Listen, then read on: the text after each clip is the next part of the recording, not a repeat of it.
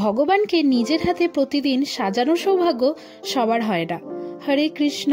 আগের দিন তোমাদের বলেছিলাম যে কলকাতা ইস্কন থেকে কি কি জিনিস আমি কিনে এনেছি, তো এই ভিডিওয় তোমাদের যা যা আমি কিনেছি এই ব্যাগটার মধ্যে দিয়েছিল। তো দেখো, এই যে এই রুমালটা আমি নিয়েছি, আর নিয়েছি এই সোয়েটারটা। দেখো কত সুন্দর না সোয়েটারটা, বেশ নরম, খুব সুন্দর। আর এটা হচ্ছে ব্যাক সাইড। আমার তো সোয়েটারটা সত্যি কথা বলতে খুবই ভালো লেগেছে। আর নিয়েছি এই পাকড়িগুলো, খুবই সুন্দর দেখতে। দেখো কত সুন্দর, এই দুটোই পাকড়ি আমার খুব ভালো লেগেছিল। আরো যেগুলো ছিল সেগুলোও তো আমার খুব পছন্দ হয়েছিল। পছন্দ হলেও আর কি করা যায়, অনেক টাকা তো আর নিয়ে যাওয়া হয়নি যে অনেকগুলো কিনবো, তাই এইগুলোই নিয়েছি দুটো। আর নিয়েছি একটা বাঁশি আর চুড়ি। আর এই যে গীতা পড়ার জন্য এটা নিয়ে নিয়েছি। আমার না গীতা পড়তে খুব অসুবিধা হতো, এটা অনেক দিন থেকে কেনার ইচ্ছে ছিল, তো অবশেষে আমি ভগবানের কৃপায় কিনতে পারলাম। চলো এগুলো নিয়ে এবার গোপালের কাছে যাওয়া যাক। গোপালকে তো জিজ্ঞাসা করতে হবে তার পছন্দ হয়েছে কিনা, শুধু তো আমার পছন্দ হলেই হবে না। গোপালকে আমি শয়ন থেকে তুলে দিয়েছি। তুলে দেওয়ার পর আমি ভাবলাম আগে গোপালের জন্য যে যে জিনিসগুলো আমি কিনেছি সেগুলো আগে গোপালকে দেখাই। আমার এখনো পর্যন্ত ভগবানের কোনো আলেখ্যতেই ফুল দেওয়া হয়নি। আর দেখো তাড়াতাড়ি করে ফুলগুলো দিয়ে নিয়েছি। এখন গাছে খুবই কম ফুল ফুটছে, তাই জন্য ফুলগুলোকে ছিঁড়ে ছিঁড়ে দিয়েছি। আর দেখো তুলসী পাতাও দেয়া হয়ে গেছে।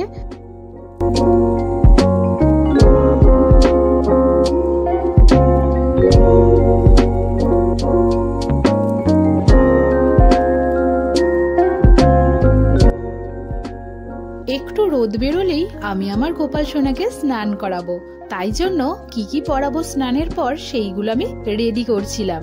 আজ এই ড্রেসটা পরাবো আর এই পাগড়িটা পরাবো। দেখো জামাটার সঙ্গে কিন্তু বেশ ম্যাচ খেয়েছে। তো দেখো এখন অনেকটা বেলা হয়ে গেছে আর রোদও বেশ ভালো বেরিয়ে গেছে।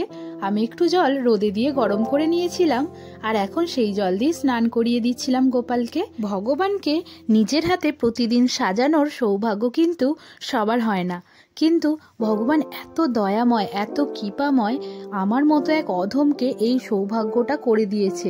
আমি ভগবানকে কতটা ভালোবাসতে পারি আমি কিন্তু জানি না। আমি হয়তো মুখে বলবো ভালোবাসি, কিন্তু আসলেই কতটা ভালোবাসি ভগবানকে সেটা একমাত্র ভগবান জানে। বা ভালোবাসতে পারি কিনা, সেবা করতে পারি কিনা সেটাও আমি জানি না। আমি শুধু সেবা করার চেষ্টা করছি ভগবানকে। কিন্তু ভগবান আমায় সত্যিই খুব ভালোবাসে। হয়তো তোমরা ভাববে যে এ কি করে বলছে যে ভগবান তাকে ভালোবাসে। হ্যাঁ, আমি অনেক কিছু পরিস্থিতির মধ্যে পড়েছি যেখান থেকে আমায় ভগবান উদ্ধার করেছে। অনেক খারাপ পরিস্থিতির মধ্যে পড়েছি এবং অনেক কিছু ঘটনা এরকম আছে যেখানে আমি বুঝতে পেরেছি ভগবান সত্যি আমায় ভালোবাসে। দেখো কথা বলতে বলতে গোপালকে প্রায় সাজানো শেষের দিকে, আর এইবার দিয়ে দেব মাথায় একটা পাগড়ি, আর হয়ে গেল না সম্পূর্ণ সাজানো।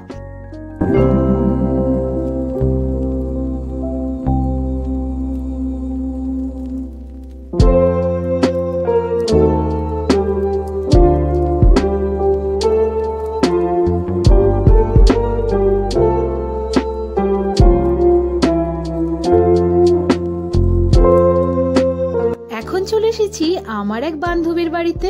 এই যে এটা আমার বান্ধবী আর তার ছেলে। যে এই পুচকেটার নাম হচ্ছে ভাগবত, আমি অবশ্য এই নামে ডাকি ওকে। দেখো দেখো ভাগবত কেমন হাসছে, খুব বদমাশ কিন্তু। এখন দেখো সন্ধ্যা হয়ে গেছে আর আমি আমার বান্ধবী বেরিয়ে পড়েছি, আরো সবাই যাবে। চলো তোমাদের দেখাই। এই যে আরো সবাই আমরা বেরিয়ে পড়েছি মেলা দেখতে। মেলার একটা গেট আছে, সেখান দিয়ে কিন্তু আমরা ঢুকিনি।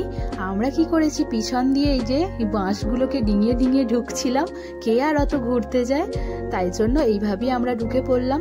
চলো ভিতরের কিছু কিছু জিনিস তোমাদের দেখাই।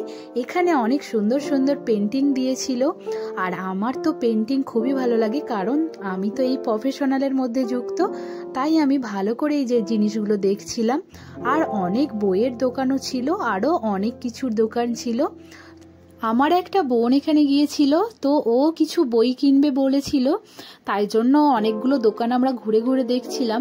আর মেলাতে গেলে আমার তো অনেক কিছু কিনতে ইচ্ছা করে, কিন্তু কি আর করা যাবে, অনেক কিছু কেনার জন্য তো অনেকগুলো টাকারও প্রয়োজন হয়। আমার কাছে তো একদমই অনেক টাকা নেই, তাই আমি শুধু ঘুরতে গিয়েছিলাম, অনেক কিছু দেখলাম আর দু চারটে জিনিস কিনলাম। মেলা দেখার পর আমরা বাড়ি চলে এলাম। হ্যাঁ, মাঝখানে অবশ্য একটুখানি ফুচকা খেয়ে নিয়েছিলাম। এইভাবেই আজকে সন্ধ্যাটা কেটে গেল। হরে কৃষ্ণ।